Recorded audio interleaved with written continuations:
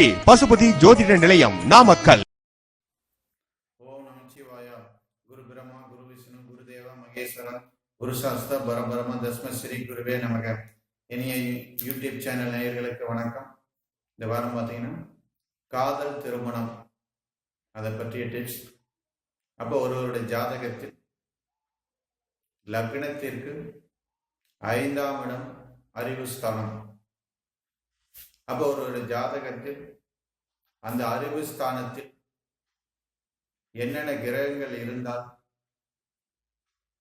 காதலுக்கு அந்த ஜாதகர் ஈர்க்கப்படுவார். அப்போ ஒருவருடைய ஜாதகத்தில் லக்னத்திற்கு 5ஆம் வீட்டில் சந்திரன், சுக்கிரன், ராகு கேதுக்கள் இருந்தால் அந்த ஜாதகம் இயற்கையாகவே காதல் திருமணத்திற்கு உரிய கிரக அமைப்புகள். அடுத்து ஒருவருடைய ஜாதகத்தில் லக்னத்திற்கு 5ஆம் வீட்டுக்குரிய கிரகம் சந்திரன், சுக்கிரன், ராகு கேது சாரங்களில் இருந்தாலும் அந்த ஜாதகருக்கு காதல் திருமணத்திற்கான வாய்ப்புகள் உண்டு. அடுத்து ஒருவருடைய ஜாதகத்தில் லக்னத்திற்கு 5ஆம் அதிபதி பாவ கிரகங்களுடைய பார்வையில் இருந்தாலும் அந்த திசாபுத்தி காலகட்டத்தில் அந்த ஜாதகர் காதலில் சிக்குவார். அடுத்து ஒருவர் ஜாதகத்தில் லக்னத்திற்கு 5 திசை நடந்தாலும் அந்த ஜாதகர் காதலில் சிக்கலை ஏற்படுத்தி தரக்கூடிய அமைப்பை கொடுக்கும். அடுத்து லக்னத்திற்கு 5ஆம் வீடு அல்லது அதன் அதிபதி திதி சூனியத்தில் மாட்டி இருந்தாலும் அந்த ஜாதகருக்கு காதல் திருமணத்திற்கான வாய்ப்புகள் அதிகம். அடுத்து 5ஆம் அதிபதி அவமிருத்து நட்சத்திர சாரங்களில் அமர்ந்தாலும் அந்த ஜாதகருக்கு காதலில் போராட்டம் உண்டு.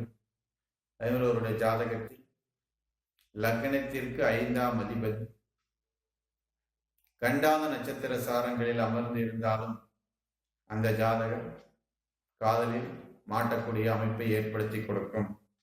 அப்போ இதெல்லாம் ஒருவருடைய ஜாதகத்தில் எந்த காலகட்டத்தில் நடைபெறும்.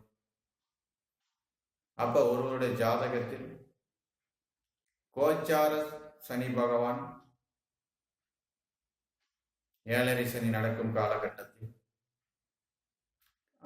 அர்த்தாம்ஷ்ட சனி நடக்கும் காலகட்டத்தில், பஞ்சம சனி நடக்கும் காலகட்டத்தில், கண்டகச்சனி நடக்கும் காலகட்டத்தில், அஷ்டம சனி நடக்கும் காலகட்டத்தில் அந்த ஜாதகர் இந்த மாதிரி கிரக அமைப்புகள் உள்ளவர்களுக்கு அந்த பாதிப்பை நிச்சயம் ஏற்படுத்தி கொடுக்கும்.